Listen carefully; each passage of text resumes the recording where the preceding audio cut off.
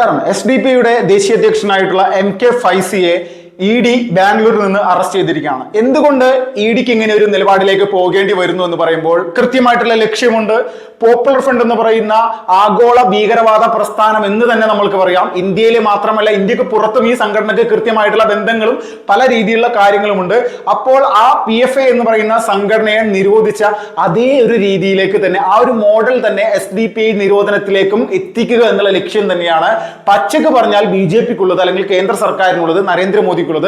ഇതിന്റെ പ്രധാനപ്പെട്ട ഘടകം എന്ന് പറഞ്ഞു കഴിഞ്ഞാൽ 2014 BJP അധികാരത്തിൽ വരും എന്നുള്ളതിന് മുന്നോടിയായിട്ട് തന്നെ ഇതിനെ തടയാൻ, BJPയെ തടയാൻ വേണ്ടി ഒരുപാട് പരിശ്രമങ്ങൾ ഇവന്മാര് നിരന്തരമായിട്ട് നടത്തിയിട്ടുണ്ട്. 2014 വരെയും കോൺഗ്രസ് UPA ഇന്ത്യ മഹാരാജ്യം ഭരിച്ചിരുന്നതിന്റെ പേരിൽ കാര്യമായിട്ടുള്ള പ്രതിസന്ധികളൊന്നും ഇവന്മാർക്കുണ്ടായിരുന്നില്ല. പ്രത്യേകിച്ച് ദക്ഷിണേന്ത്യയിൽ വലിയ സ്വാധീനം ഉണ്ടാക്കാനും സാധിച്ചത് കർണാടകയിലും തമിഴ്നാട്ടിലും കേരളത്തിലും അതോടൊപ്പം തന്നെ രാജ്യത്തെ 22 സംസ്ഥാനങ്ങളിലും ശക്തമായിട്ടുള്ള പ്രവർത്തനങ്ങൾ ഇവർക്ക് നടത്തി പോകാനായിട്ട് സാധിച്ചിരുന്നു. ഈ സമയത്ത് BJP അധികാരത്തിൽ വരാൻ സാധ്യതയുണ്ട്. നരേന്ദ്രമോദി BJPയുടെ സ്ഥാനാർത്ഥി അല്ലെങ്കിൽ പ്രധാനമന്ത്രി സ്ഥാനാർത്ഥിയായി പ്രഖ്യാപിക്കപ്പെടുകയും അദ്ദേഹത്തിന്റെ പ്രവർത്തന പദ്ധതികളുമായി ബന്ധപ്പെട്ടുകൊണ്ട് 400ഓളം റാലികൾ BJP രാജ്യത്ത് നടപ്പിലാക്കാനുള്ള ശ്രമവും തുടങ്ങി. അതിന്റെ ഓരോ റാലികൾ ഓരോ സംസ്ഥാനത്ത് വലിയ രീതിയിൽ വലിയ ജനപങ്കാളിത്തത്തോടു കൂടി തന്നെ ഈ കാര്യങ്ങൾ ഇതിനെ മുന്നോട്ട് പോകുന്നു. അപ്പോൾ ഒരു ട്രെൻഡ് കൃത്യമായിട്ട് വന്നു. കോൺഗ്രസ് അധികാരത്തിൽ നിന്ന് പുറത്തു പോകാൻ പോവുകയാണ്, BJP വരാൻ പോവുകയാണ്. അപ്പോൾ ഈ സമയത്ത് SDP അല്ലെങ്കിൽ ഈ PFI എന്ന് പറയുന്ന സംഘടനക്ക് കൃത്യമായിട്ടുള്ളൊരു കാര്യം അല്ലെങ്കിൽ ഒരു ധാരണ ഉണ്ടായിരുന്നു. നരേന്ദ്രമോദി അധികാരത്തിൽ വന്നാൽ ഞങ്ങളെ വൈകാതെ തന്നെ നിരോധിക്കും, അല്ലെങ്കിൽ ഞങ്ങൾ നിരോധിക്കപ്പെടുമെന്നുള്ളൊരു കാര്യം PFI ഭീകരന്മാർക്ക് അറിയാമായിരുന്നു. അവരെന്താണ് ആദ്യത്തെ ഘട്ടം ചെയ്തത്? പ്രധാനമന്ത്രി സ്ഥാനാർത്ഥിയായി പ്രചരണ പരിപാടികളിൽ സജീവമാകുന്ന നരേന്ദ്രമോദിയെ വധിക്കുക, കൊന്നു കളയുക എന്നുള്ള നിലപാട് തന്നെയായിരുന്നു ഇവന്മാർക്കുണ്ടായത്. അതിനു വേണ്ടിയിട്ടുള്ള പരിശ്രമം ഇവർ നടത്തിയോ ഇല്ല എന്നുള്ളത് ഈ ജനറേഷനിലെ ചെറുപ്പക്കാർക്ക് ചിലപ്പോൾ അറിയാൻ സാധിക്കില്ല. പക്ഷെ അങ്ങനെ ഒരു കലാപരിപാടി പോപ്പുലർ ഫ്രണ്ടിന്റെ ഭാഗത്ത് നിന്ന് ഉണ്ടായിട്ടുണ്ട്, ഒരു സംശയം വേണ്ട. അതിനു വേണ്ടിയിട്ടുള്ള അറ്റംപ്റ്റ് നടത്തുകയും ചെയ്തു. പാട്നയിൽ, ബീഹാറിലെ പാട്നയിൽ 8 ലക്ഷം BJP പ്രവർത്തകരെ പങ്കെടുപ്പിച്ചുകൊണ്ട് വലിയ വേൾഡ് റെക്കോർഡായിട്ട് BJP നടത്താൻ വേണ്ടി ശ്രമിച്ച പരിപാടിയിൽ ഈ ഭീകരന്മാർ അല്ലെങ്കിൽ PFI ഭീകരന്മാർ കൃത്യമായിട്ടുള്ള ഒരു ആസൂത്രണം നടത്തി.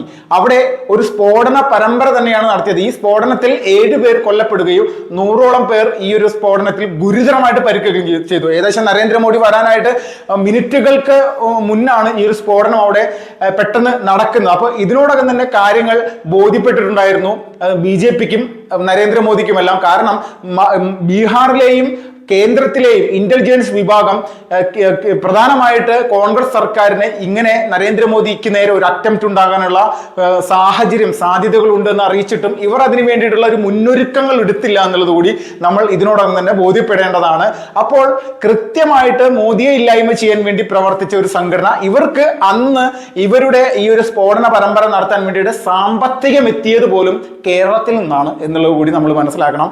ആ അന്വേഷണവുമായി ബന്ധപ്പെട്ടുകൊണ്ട് വന്ന ദേശീയ ഉദ്യോഗസ്ഥന്മാര് കൃത്യമായിട്ട് കർണാടക കേരള അതിർത്തിയിലുള്ള ഒരു പ്രദേശത്താണ്, മംഗലാപുരത്തിന്റെയും കേരളത്തിന്റെയും ഒരു അതിർത്തി പ്രദേശത്തെത്തുകയും അതോടൊപ്പം തന്നെ ആശ എന്നുള്ള ഒരു പേരുള്ള ഒരു പെൺകുട്ടിയെ, ആ പെൺകുട്ടിയുടെ അക്കൗണ്ട് വഴിയാണ് ഈ ഭീകരവാദത്തിനായിട്ടുള്ള അല്ലെങ്കിൽ സ്ഫോടനം നടത്താനുള്ള സാമ്പത്തികം എത്തിയത്. അപ്പോൾ ആശ എന്ന് പറയുന്ന പെണ്ണിനെ പറ്റി പരിശോധിച്ച സമയത്ത് ആയിഷ എന്ന് പറയുന്ന ഒരു പെണ്ണ്, ഇവരുടെ പ്രധാനപ്പെട്ട ഒരു ഹോബി ഉണ്ടല്ലോ ലവ് ജിഹാദ്.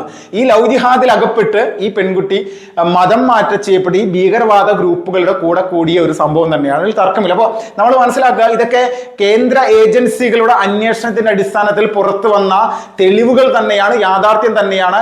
ഇത് കൃത്യമായിട്ട് പോപ്പുലർ ഫ്രണ്ടിന്റെ നിരോധനത്തിലേക്ക് നയിച്ചു എന്നുള്ളതിൽ 1% പോലും തർക്കമില്ലാത്ത കാര്യമാണ്. ഇവിടെ രഞ്ജിത്ത് ശ്രീനിവാസനെയും സഞ്ജിത്തിനെയും കൊന്നത് മാത്രമല്ല, അല്ലെങ്കിൽ പെട്ടെന്നൊരു റിയാക്ഷൻ ഇവരുടെ ഭാഗത്തുനിന്ന് രാഷ്ട്രീയക്കാർ തമ്മിൽ വെട്ടിമരിക്കുന്ന ഒരു സ്വഭാവമുള്ളതുപോലെ ഉള്ളൊരു അക്രമത്തിൽ നിന്ന് മാത്രമല്ല, ഇതുപോലെയുള്ള കുറെ പരിപാടികൾ നമ്മുടെ രാജ്യത്ത് നടപ്പിലാക്കിയിട്ടുണ്ട്. അതിന്റെ ഭാഗമായിട്ട് തന്നെയാണ് പോപ്പുലർ ഫ്രണ്ടിനെ അന്ന് നിരോധിച്ചത്. അപ്പോൾ ആ ഒരു പാതയിലേക്കാണ് ഇപ്പോൾ SDP വന്നുകൊണ്ടിരിക്കുന്നത്. കാരണം കേന്ദ്ര സർക്കാരിന് കൃത്യമായിട്ടുള്ള എവിഡൻസ്, തെളിവുകൾ വേണം ഈ ഒരു സംഘടനയെ നിരോധിക്കാൻ, അല്ലെങ്കിൽ കോടതിയിൽ പോയിട്ട് അവരത് റിക്കവർ ചെയ്ത് വരാനുള്ള എല്ലാവിധ സാഹചര്യമുണ്ട്.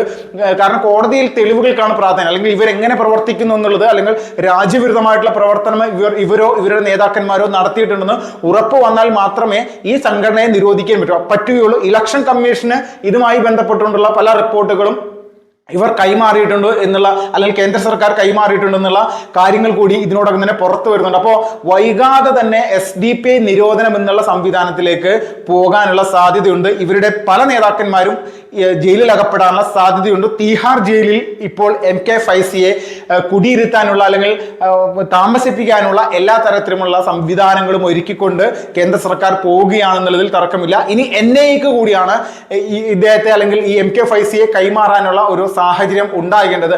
അത്രത്തോളം വലിയ രീതിയിൽ തന്നെ നമ്മുടെ രാജ്യത്തിന്റെ അകത്ത് ഒരു രാഷ്ട്രീയ പ്രസ്ഥാനത്തിന്റെ മുഖം ഉപയോഗിച്ചുകൊണ്ട് വലിയ രീതിയിൽ തീവ്രവാദ പ്രവർത്തനം, രാജ്യവിരുദ്ധ പ്രവർത്തനത്തിലേക്ക് ഇവർ പോയിട്ടുണ്ടെങ്കിൽ അതിന് കൃത്യമായിട്ട് എണ്ണി കണക്ക് പറയാതെ നരേന്ദ്രമോദി സർക്കാർ ഇതിലെ നേതാക്കന്മാരെ ആരെയും തന്നെ പുറത്തേക്ക് വിടില്ല എന്നുള്ളതിൽ തർക്കമില്ല. അങ്ങനെ ഒരു കൂട്ടം ആളുകളാണ് പോപ്പുലർ ഫ്രണ്ടിന്റെ നേതാക്കന്മാർ, പല നേതാക്കന്മാരും ഇന്ന് തീഹാർ ജയിലിൽ കിടന്ന് അനുഭവിക്കുന്ന ഒരു അവസ്ഥ ഉണ്ടാകുന്നത്. ശക്തമായിട്ടുള്ള ഒരു രീതിയിലുള്ള ഭരണ സംവിധാനം മുന്നോട്ട് പോകുമ്പോൾ ഇതിനോടകം തന്നെ നിരവധി ഭീകരന്മാരാണ് നമ്മുടെ രാജ്യത്ത് ഇതുപോലെ പിടിക്കപ്പെട്ടിട്ടുള്ളത്, അതിലൊരു തർക്കമില്ല.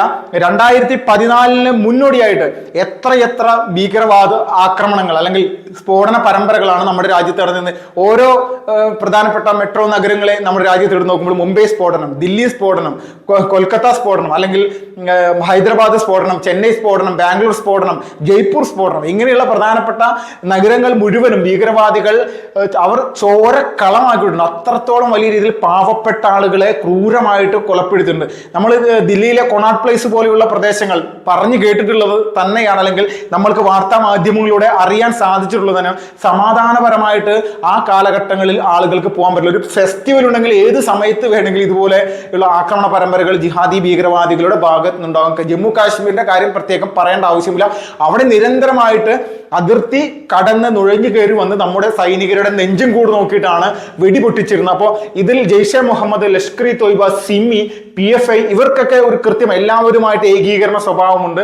ഈ ഏകീകരണ സ്വഭാവം തന്നെയാണ് NIA ഈ 2022 സെപ്റ്റംബർ മാസം 28 ഈ ഭീകരവാദ പ്രസ്ഥാനത്തെ നിരോധിച്ച സമയത്ത് കോടതിയുടെ മുന്നിലേക്ക് വെച്ചിരിക്കും. കോടതി 1% പോലും ഇവരുടെ കാര്യങ്ങളൊന്നും എടുത്ത് നോക്കാൻ പോലും നിന്നിട്ടില്ല. PFIയുടെ ദേശീയ ചെയർമാനായിരുന്ന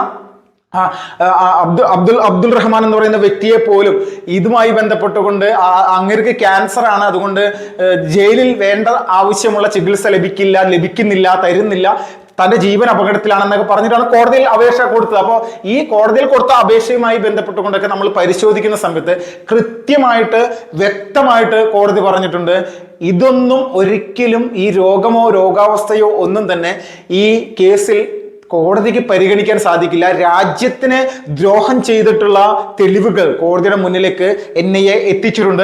അത് അങ്ങനെയല്ല എന്നുള്ളത് നിങ്ങൾക്ക് വാദിക്കാനുള്ള അവസരം മാത്രമേ ഒരുക്കാൻ സാധിക്കുകയുള്ളൂ. അല്ലാതെ പുറം ലോകം ഈ കാര്യത്തിൽ തെളിയിക്കാതെ നിങ്ങളെ വിടില്ല. അത്രത്തോളം വലിയ രീതിയിൽ എവിഡൻസ് ആണ് കോടതിയിൽ NIA കേന്ദ്ര അന്വേഷണ ഏജൻസികൾ വെച്ചിട്ടുള്ളത്. അപ്പോൾ അതുകൊണ്ട് കൃത്യമായിട്ട് ഇതുപോലുള്ള കാര്യങ്ങൾ നിസ്സാരമായിട്ട് കോടതിക്ക് ഇതിൽ വിധി പറയാൻ സാധിക്കില്ല എന്ന് തന്നെയാണ് പറഞ്ഞപ്പോൾ ഒരു കാര്യം മനസ്സിലാക്കുക, SDPI എന്ന് പറയുന്ന സംഘടന കൂടി, അല്ലെങ്കിൽ രാഷ്ട്രീയ പ്രസ്ഥാനം കൂടി ഒരു നിരോധനത്തിലേക്ക് പോകുന്ന ഒരു മണമാണ് മൊത്തത്തിൽ അടിച്ചുകൊണ്ടിരിക്കുക. ഇതുപോലെ തന്നെ ദേശീയ കാര്യകർത്താക്കളെ അറസ്റ്റ് ചെയ്തിട്ടാണ് PFI കൂടി നിരോധിച്ചതെന്ന് കൂടി നമ്മൾ കൃത്യമായിട്ട് ഈ ഒരു സമയത്ത് ഓർത്തെടുക്കേണ്ടതാണ്.